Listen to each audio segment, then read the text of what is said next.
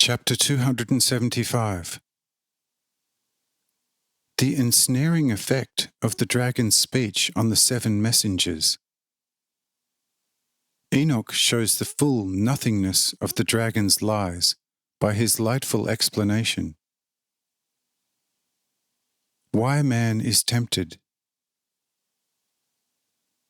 18th March, 1843.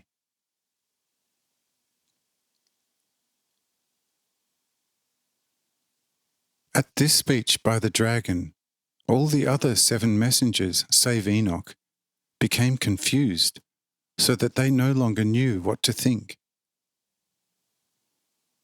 But Enoch, quickly aware of this, asked Kisahel which part of the dragon's speech was so confusing for him. And Kisahel answered Enoch in a loud voice, "You ask me, although you are the Lord's sole enlightened high priest. Look, it will behoove me better if I ask you what you think of all this. And so I have asked you the question. Answer it in certain points if you can. The matter is of stupendous importance. On this occasion I shall make the proper objections, which you in turn have to refute. For here we all need the mightiest light, lest we pass into annihilating death. And so do speak, Brother Enoch, and let us know your worthy objections to this speech by the dragon, and show me what we all have to think of it in earnest."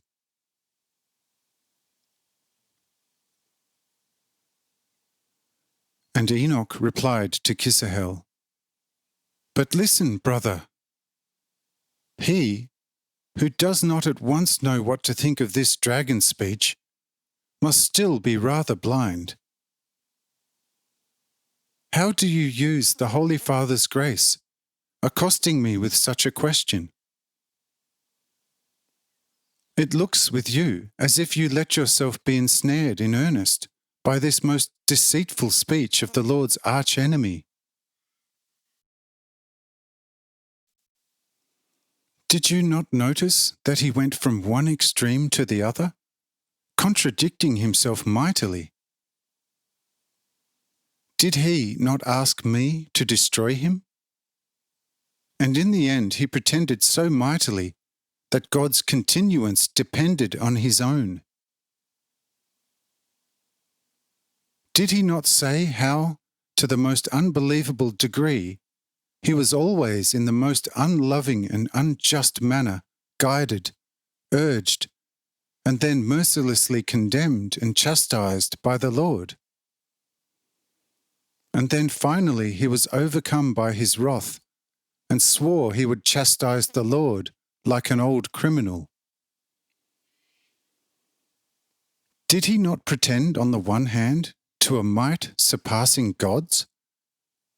And on the other hand, he lets himself be captured by newly created ephemera, and that in the whole of infinity, and must be content with this, his most miserable form.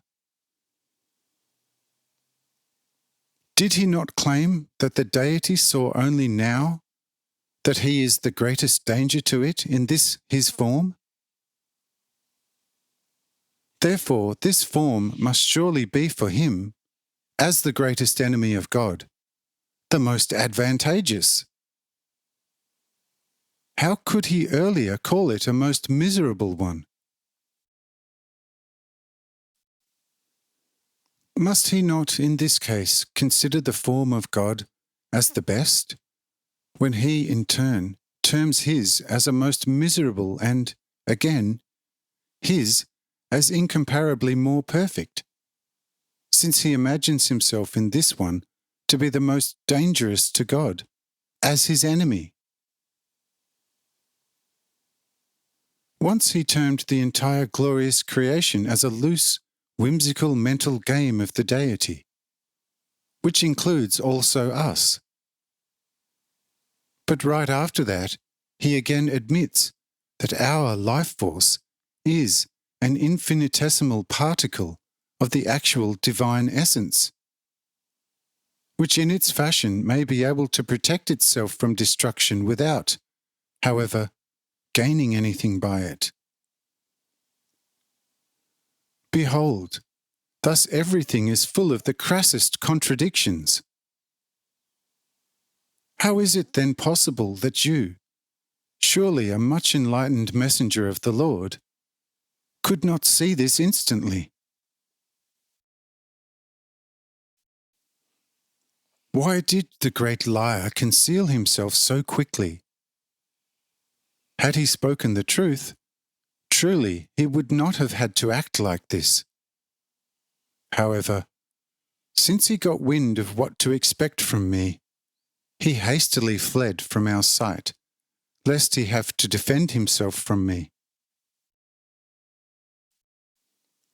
Surely this is his old, easy to see through, deceitful manner, in which he extricated himself from the father Adam and caused him to fall twice, once with the unblessed begetting, and the other time with the desecration of the Lord's day.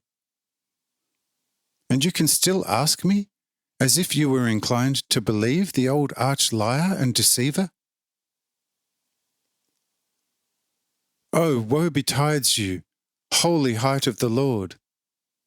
If your children thus easily believe in the deceptive words of the dragon, you will one day have to be ashamed of yourself before the lowlands, and like a vulture fall upon them, destroying them to their innermost core.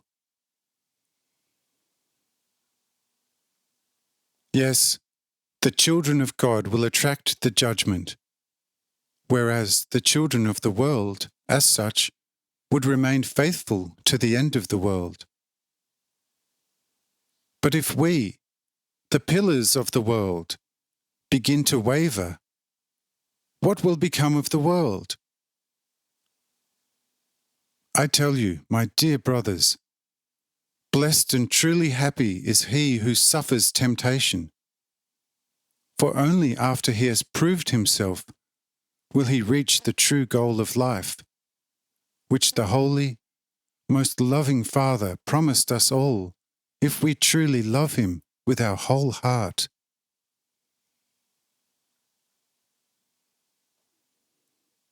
Do not maintain that the Father had now tempted us, for the good Father certainly tempts no one in this manner, and he need not tempt anyone. But he still saw in you a sinister urge, and so he allowed it to emerge from you, and you had to behold it and find out whether you still were inclined towards it. However, you still showed such an inclination. So realize that whoever has shown an inclination towards falsehood has received the false with his inclination. And this is a seed of sin. When then the sin has matured and is born, it soon gives birth to death, which is in it. So do not be mistaken, dear brothers, for every good gift and all true, perfect bounty flow only from the Father of all light and all life. In him there is neither change nor variation forever.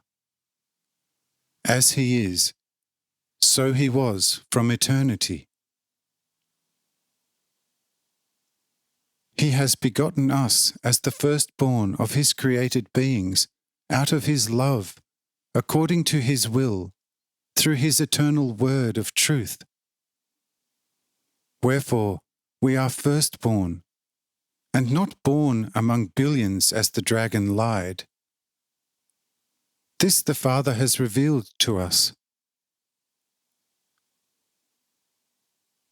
But I reckon the good, Holy Father should deserve more belief than the deceitful dragon. So let us proceed in peace. Amen.